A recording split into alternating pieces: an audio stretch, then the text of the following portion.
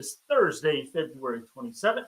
And once again, a little outside of the sanctuary, so you can figure out where in the world Pastor Dick is doing the daily devotional from today, if you are so inclined. We finished up Psalm 31 after doing that in three sections. Today we're going to do Psalm 32. We'll be doing the whole psalm. It's not short, but yeah, I think you can keep it together.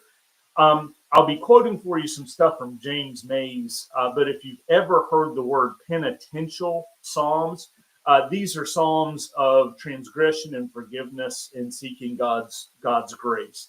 A big part of the season of Lent, with both Psalm 51 and Psalm, I think it's 130, that come up pretty regularly for us, and just good psalms. So we'll begin with our New Revised Standard from Psalm 32. Happy are those whose transgression is forgiven, whose sin is covered. Happy are those to whom the Lord imputes no iniquity, and in whose spirit there is no deceit. While I kept silence, my body wasted away. Through my groaning all day long, for day and night, your hand was heavy upon me. My strength was dried up as the heat of summer. Then I acknowledged my sin to you, and I did not hide my iniquity. I said, I will confess my transgressions to the Lord, and you forgave the guilt of my sin. Therefore, let all who are faithful offer prayer to you. At a time of distress, the rush of mighty waters shall not reach them. You are a hiding place for me. You preserve me from trouble. You surround me with glad cries of deliverance. I will instruct you and teach you the way you should go.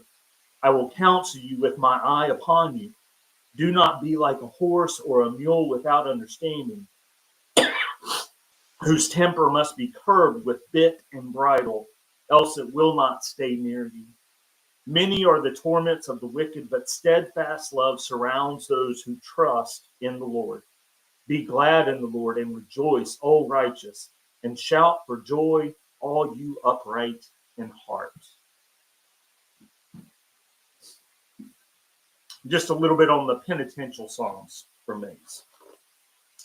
Psalm 32 is the second of the 7 traditional penitential psalms, including Psalm 6, 38, 51, 102, 130, and 143.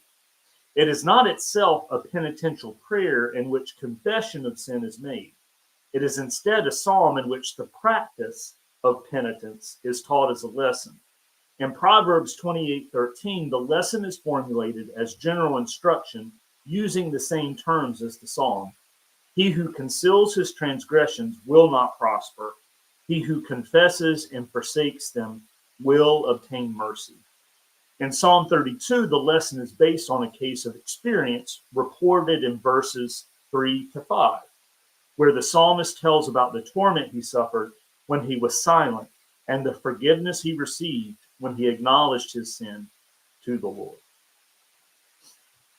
And a little Peterson for you to finish us off. Count yourself lucky. How happy you must be. You get a fresh start. Your slate's white clean. Count yourself lucky. God holds nothing against you, and you're holding nothing back from God. When I kept it all inside, my bones turned to powder. My words became day-long groans. The pressure never let up. All the juices of my life dried up. Then I let it all out. I said, I'll make a clean breast of my failures to God. Suddenly the pressure was gone. My guilt dissolved. My sin disappeared. These things add up. Every one of us needs to pray. When all hell breaks loose and the dam bursts, we'll be on high ground untouched. God's my island hideaway.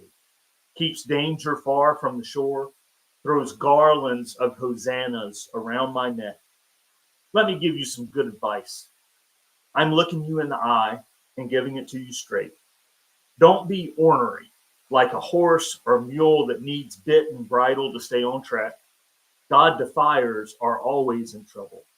God affirmers find themselves loved every time they turn around. Celebrate God. Sing together, everyone. All you honest hearts, raise the roof.